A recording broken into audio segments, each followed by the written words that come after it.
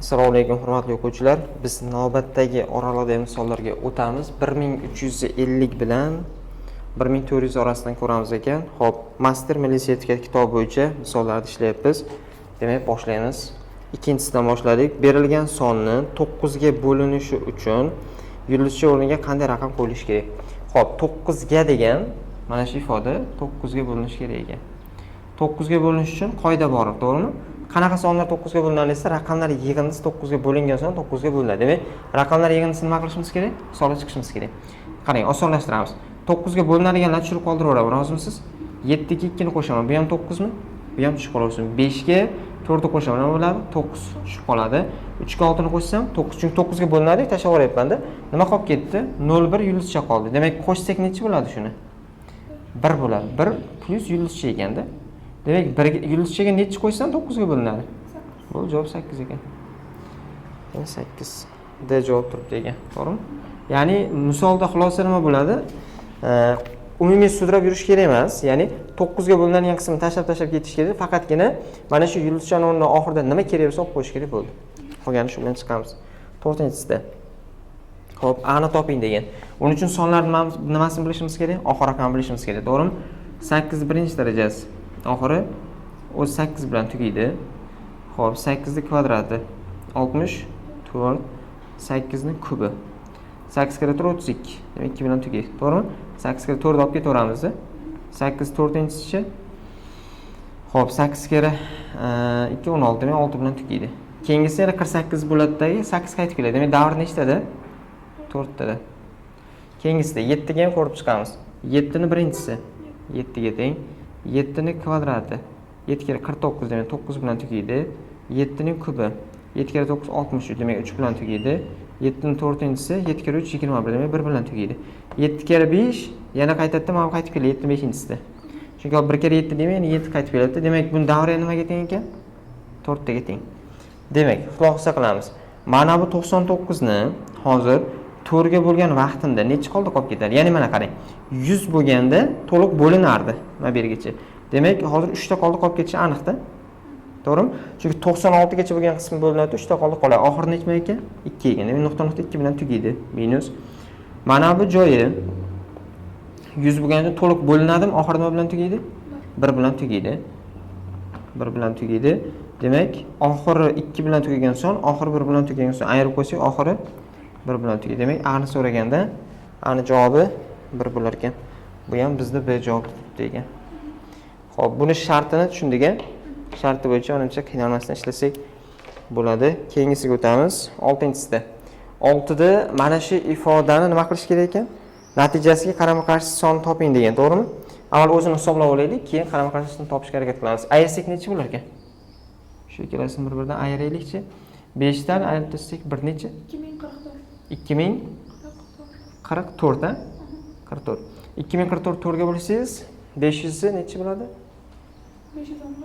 511 bo'ladi. Aytayapti mana. Mana bu ifodani hammasi nima chiqdi o'sizda? Mana desiz 511 chiqdi. 511 ni olib kelib 511 ga bo'l deyapti-da. 511 ni 511 ga bo'lsak nima bo'ladi? 1 bo'ladi. Demak 1 ekan, minus 9 ekan.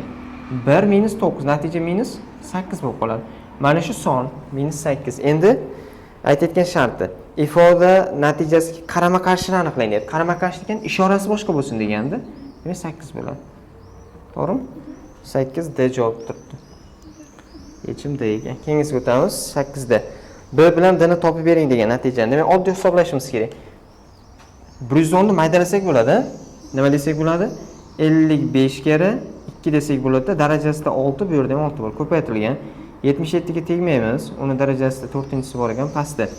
55 tepada o'xshatganimiz haqqiga uni o'zgartirmaymiz, ko'paytirilgan. 154 da 77 kira necha desak bo'ladi? 2. Hammasida kvadrat bor. Demak, mana bu butunlay ketadi, bu yerda 2 dona qoladi. Xo'p, bu ham butunlay ketadi, bu yerda ham 2 dona qoladi. Xo'p, bu butunlay ketsa, bu yerda nechta qoladi? 4 ta qoladi. Demak, tepada qolib ketdi 2 ni 4-chisi. Bu hozircha tegmaymiz. 77 ni 11 kira 7 desak bo'ladi. Mana buni ham kvadrati, buni ham kvadrati, to'g'rimi? Bu yerda 55 da ham 11 kira 5 desak bo'ladi. Buni ham kvadrati, buni ham kvadrat. 11 lar yana ketadimi? Ketdi. 2 ni 4-inchisi nimaga teng? 16 ga teng. 7 ning kvadrati 49, mahrajida 5 kvadrati 25. Faqatgina bizda tepani ko'paytirib olishimiz kerak bo'lar ekan. 16 kere 49 nechini beradi? 784 taqsim 25 bo'lar ekan. Mana shu qolip bilan bir xil. So'ragan narsasini topishimiz kerak. Xo'p, B ning o'rniga keladigan son ikkinchisi 8 bo'lar ekan. Xo'p, D ning o'rniga keladigan son mahrajdagi eng oxirisi necha bo'lar ekan? 5. Demak 85 ekan. 8 ga 85. D javobda yechim bor. D javobda turibdi. Yaxshi. Doskada qanaqa savol bor? Yozib oldik. Xo'p, navbatdagi savolni ko'ramiz. 10-sidamiz. 561 ni qanday songa bo'lganda bo'linma 35 va qoldiq 1 ga teng bo'ladi degan. Ya'ni 561 ekan. 561 sonini qandaydir songa bo'lgan va natija necha chiqqan? 35 chiqqan. Plus qoldig'i 1 bo'lgan. To'g'rimi? 561 sonini qandaydir songa bo'lganda bo'linma 35 va qoldiq 1 ga teng bo'ladi deb shart qo'ygan. Bu degani old degani. Ya'ni 561 sonni nechaga bo'lishimiz kerak? 35 ga bo'lsa qandaydir son chiqadi, qoldiq 1 bo'ladi. Demak, ichida bitta dona bormi? 30 necha bo'lar ekan? 5 bo'lar ekan. Ayiramiz. 1. Buni ayirsak 2. Tepadan 1 tushib keladi. Ichida nechta bor desa, nechta? 6 tami? 6 ta. 6 kere 5 30 bo'ladi. 3 tasini eslab qolsak 18 21. Demak, qoldiq nima chiqar ekan? 1 qoldi. Ya'ni aytilgan qoldiq qolyapti-da. Demak, nechiga bo'lganda desa 16 ga deb javob berish kerak. Ya'ni x ni o'rniga shunchaki 16 qo'yib qo'yish kerak. X 16 bo'lar ekan. Qaysi javobda bor? A javob turibdi degani. Yechim A da turibdi. A dan chiqamiz. Keyingisi.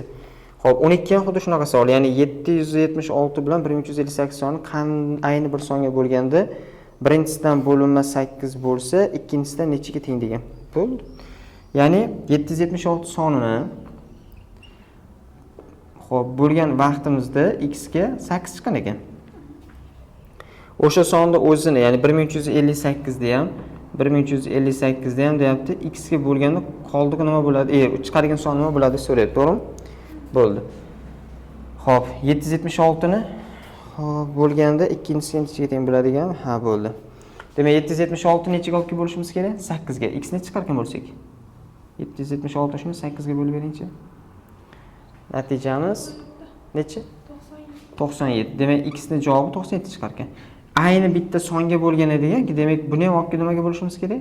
97 ga bo'lishimiz kerak. Shunda x ni chiqar ekan? 1358 da 97 ga 10. To'g'ri. Demak, natija 14 bo'lar ekan. Bo'ldi. Ya'ni chunki mana bu joyda x ni o'rniga mana bu 97 kirib keladi-da, so'roqning o'rniga 14 keladi. Shunda nimani tushunishimiz kerak? 776 ni 97 ga bo'lgan 8 chiqqan. 1358 da ham 97 ga bo'lgan natija 14 bo'lgan. Shunaqa tushunamiz. Xo'p, 14 qaysi javobda? C javobda turibdi ekan. 12 ga javob C bo'ldi. 14 ga o'tdik. Soddalashtiring degan shart qo'yib qo'ygan. Demak, bular xatma-xat nima qilishimiz kerak? Ochib chiqishimiz kerak ekan. Ko'paytirib ketdik.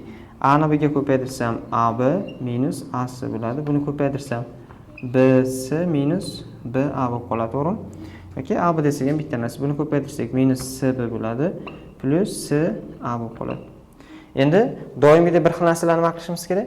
Qisqartirib olishimiz kerak. AB bilan BA bitta narsa. Joyini almashtirgandan keyin bir xil narsa keladi. BC bilan CB ham bitta narsa. AC bilan CA ham nima? Bitta narsa. Javob nima ekan? 0 ekan. 14 ga 0. D javobda bor ekan. D javob turibdi ekan. Keyingisiga o'tamiz. 14 dan keyingisi 16. Qandaydir sonni 9615 ga bo'lganda qoldiq deyapti, shunga teng bo'ldi. Demak, qandaqadir bitta sonni 9615 sonini qanaqadir songa bo'lgan vaqtda qoldiq deyapti 6418 ga teng bo'ldi deyapti. Ya'ni nimadir son chiqqan plus qoldig'i 6418 chiqib qolibdi. Shu sonni 5 ga bo'lganda qoldiq toping degan. Xo'p, qandaydir sonni 9615 ga bo'lgan vaqtda qoldiq 6418 ga teng bo'lsa, shu sonni 5 ga bo'lganda qoldiq toping degan. Yaxshi, qarang. Xo'p, mana bu qanaqadir son bo'lgan qo'limizda, o'shani olib kelib 9615 ga bo'lgan vaqtda qoldiq nima chiqqan? 9618 chiqqan. Oddiy savol mana sizga. 3 ni olib kelib 5 ga bo'lsam qoldiq nima bo'ladi? 3 bo'ladi. 3. Ya'ni kichkina sonni katta songa bo'lgan vaqtda qoldiq doim kichkina sonni o'zi bo'ladi. To'g'rimi? 7 ni olib kelib 10 ga bo'lsam qoldiq nima chiqadi? 7 ya'ni kichkina sonni katta songa bo'lganda qoldiq doim o'zi bo'ladi. Demak, xulosa 6418 soni ham shunaqa vaziyat bo'lganda 6418 sonni olib kelib 9615 songa bo'lgan vaqtda qoldiq 6418 ni o'zi bo'lavergan. Ya'ni mana bu sonni o'zi aslida qoldiq ham bo'linuvchi, ham qoldiq. Chunki kichkina sonni katta songa bo'lganda kichkina sonni o'zi qoldiq bo'lib qolaveradi. Demak, mana bu son shuni o'ziga teng ekan. Demak, so'ralgan narsa shu x. To'g'rimi? Son top bo'ling. Endi aytyapti, shu sonni nechiga bo'lganda? 5 ga bo'lganda qoldiq so'rayapti. Ya'ni 6418 ni deyapti. 5 ga bo'lsang qoldiq nima bo'ladi? Mana bu 6415 plus 3 desamda, mana shuni 5 ga bo'lgan vaqtni mana 5 ga karali-ku nima qiladi? Tushib qoladi. Shu qisqarib ketadi oz bilan. 3 taqsim 5 qoladimi? 3 taqsim 5. Kichkina sonni katta songa bo'lganda qoldiq mana buni o'zi bo'ladi. Demak, qoldig'imiz o'zi 3 ga teng ekan. Shuni ochib qolsak bo'ladi. Xo'p, 16 ga 3. A javobda yechim bor ekan. Manimcha mazmun tushunarli. Yana qanaqa son ekan deb turib o'ylab o'tirish shart emas. Shuni o'zi bilan ishlasak bo'ladi. Xo'p, keyingi etapda keyingisida 18 da ham shunaqa vaziyat kelgan. 18 da. Buni ham yozamiz. K sonini 7 ga bo'lganda, ya'ni K degan bitta sonni olib kelib 7 ga bo'lgan vaqtda qoldiq 2 bo'lsa deyapti. Qoldig'i 2, ya'ni 2 degan qoldiq chiqdi. Shuni yozib qo'ya qolaylik. Qoldiq. Keyingisi S sonini 7 ga bo'lganda. Endi S degan sonni olib kelib 7 ga bo'lganda 5 qoldiq chiqdi. Mana bu 5, endi bu yerda qoldiq.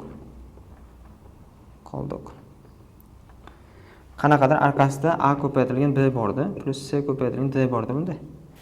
Xo'p, K bilan S ni ko'paytirib 7 ga bo'lgan qoldiq toping. Ya'ni K bilan S ni ko'paytirib 7 ga bo'lgandagi qoldiq so'ralyapti. To'g'rimi? Boyagi narsa kichkina sonni katta songa bo'lganda kichkina sonni o'zi qoldiq bo'ladimi? Demak, hozir shu yerda 2 ni 7 ga bo'lsam qoldiq nechi? 2. To'g'rimi? 5 ni olib kelib 7 ga bo'lsam qoldiq nima? 5 o'zi. Ya'ni 2 ni olib kelib 7 ga bo'lgan vaqtimda 2 qoldiq chiqadi. 5 ni olib 7 ga bo'lgan vaqtimda 5 o'zi qoldiq chiqadi. Kichkina son katta songa bo'lganda kichkina son o'zi qoldiq bo'lib ketaveradi. To'g'rimi? Demak, topishimiz osonda. K ni o'zi nimaga teng? 2 ga teng. S ni o'zi nimaga teng? 5 ga teng. Bo'ldi. Ya'ni 2 kere 5 bo'lar ekan bu. O'shani olib 7 ga bo'lganini qoldiq so'rab. Bu 10 bo'ladimi? Bu 10 ga teng. 10 ni o'zini 7 plus 3 deb olsak bo'ladi. Mahrajda 7. 7 ga karali joyga ketaveradi-da, mana bunga o'xshaydi. Demak, 3 ni olib kelib 7 ga bo'lganini qoldiq nima chiqar ekan? Chiqar ekan. Javob 3 ekan. 18 ga 3 A javob topib qo'yamiz. Bunaqa imina shunaqa tipdagi savol IDC kitobida ham kelgan oq to'plam bor-ku 96/2007. O'sha kitobda ham shunaqa savollar bor. Keyin bunaqa savollar DTMda 30 talik blogda boshidagi 10 talik oson savollar tipi bo'ladi-da, o'shanchada uchraydi. Mana sertifikatsiyada ketma-ketlik tuziladi, ya'ni 10 ta oson, 10 tasi yana o'rtacha darajada, keyin yana shu oxirdagi 3-4 tasi nisbatan sal qiyinroq tuzadi. O'shanda 10 talik osonroq savollar ichida shu narsalar bo'ladi. Chunki ko'pchilik 2 chiqargan qoldiq deb turib qanaqadir sonlar o'ylab yuradi-da. Shunisi qiyinlashtirib qo'yadi, ya'ni vaqtni o'tkazib qo'yadi. Xato ishlamaydi, qiyinlashtirib qo'yadi. O'shaning uchun ehtiyot bo'lasiz, ya'ni kichkina sonni katta songa bo'lganda qoldiq o'zi kichkina, kichkina sonni katta songa bo'lganda qoldiq o'zi kichkina. Ya'ni qoldiq olib ketaverasiz. Shundan chiqib ketsangiz, vaqtni ancha yutib qo'yasiz. Keyingisida 20-chida. Xo'p, 20da aytayapti, agar deyapti A 90 bo'lsa deydi. Demak, A ni o'zi qanaqa son desa, 90 deb qaraymiz. Quyidagi sonlardan qaysi biri albatta toq bo'ladi? Demak, natijasi ham toq bo'lgani kerak-da hozir. Ya'ni toq natijali kerak bizga. Toq natijani to'g'ridan-to'g'ri yozib ketaveramiz javobda. C javob tushadi. A ning 4-inchisi plus 16. 16 mi? 4 ekan. 4 ekan. Qarang.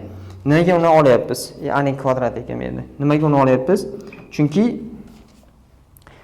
istalgan toq sonning juft darajasi, istalgan toq sonning juft darajasi baribir 90 bo'laveradi. Ya'ni mana bu har doim 90. 90. 90 ga juft son qo'shgandan keyin natija yana toq chiqib qoladi-da. Misol uchun 1 ni oling, misol uchun mana bu yerga 3 ni oling, 5 ni oling, 7 ni oling. Hammasida mana shunday chiqargan javob kvadrat-ku bu. 90 bo'laveradi-da, chunki 90 ko'payadi, natija 90 chiqadi. Har doim mana shu narsa 90 chiqadi. 90 ga juft son qo'shganingizdan keyin natija ham toq bo'lib qoladi-da. Demak, shuning uchun to'g'ridan-to'g'ri mana shu joyga olib qo'ydik. Qolgan variantlarni son tanlab tekshirib chiqsanglar bo'ladi bemalol. Demak, 20 ga C javob to'g'ri keldi. Xo'p, keyingisiga o'tamiz. 22. Agar deyapti A juft son bo'lsa, endi A ning o'rniga nima kelish kerak ekan? Juft son kelish kerak ekan. Quyidagi sonlarning qaysi biri albatta to'q bo'ladi? Demak, natijasi to'qini so'rayapti. Teskasi. Buni to'g'ridan-to'g'ri javobini yozamiz. B javobda 5 A plus nima bor ekan? 1 bor ekan. To'g'rimi? A plus 1 ekan. Qaraymiz. Xo'p, demak, mana bu juft son. Qarang, o'ylang. Ixtiyoriy juft son bor. Juft sonni olib kelib bunga 90 ga qo'shyapsiz. Juft songa 90 qo'shganingizdan keyin mana buni ichi doim 90. Ya'ni qavsning ichi doim 90. Eng kamiga tashqarida ham bitta 90 turibdi-da. Ya'ni 90 ko'paytirsangiz doim natija to'q bo'ladi. Ya'ni xohlagan bitta sonni olib kelib ichiga qo'ygan vaqtingizda doim mana shu ichi to'q bo'lishi aniq. Chunki mana juft sonda ixtiyoriy juft sonni olib kelasiz, doim natijasi 90 chiqaveradi. 90 ni olib kelib 90 ga ko'paytirgan natija doim to'q chiqaveradi.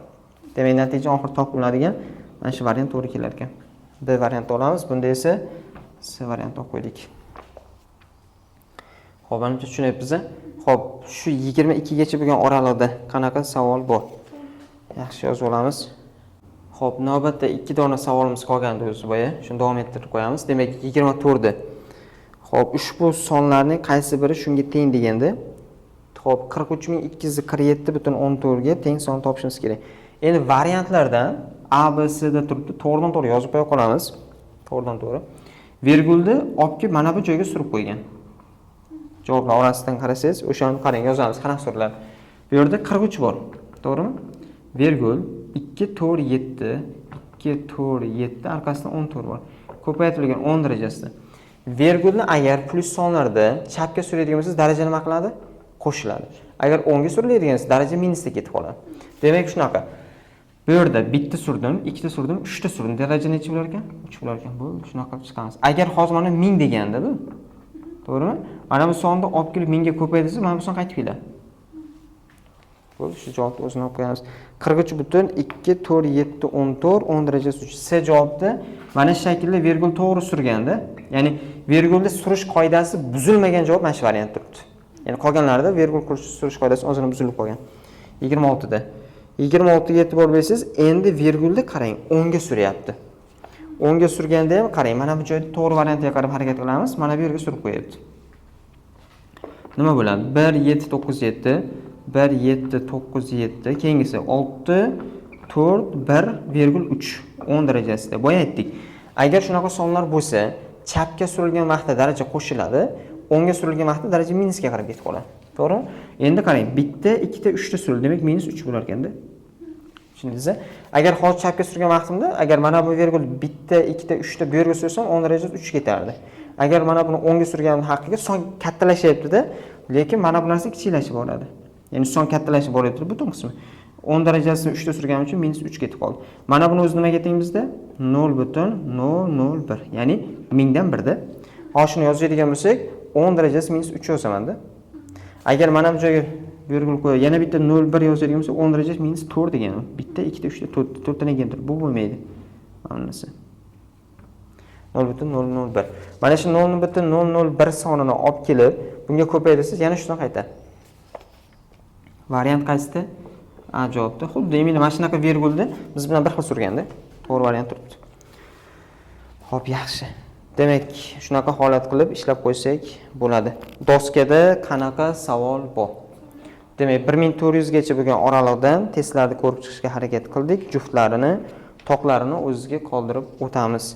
Xo'p, savol bo'lmasa shu yerda yakun qilamiz. E'tiboringiz uchun rahmat.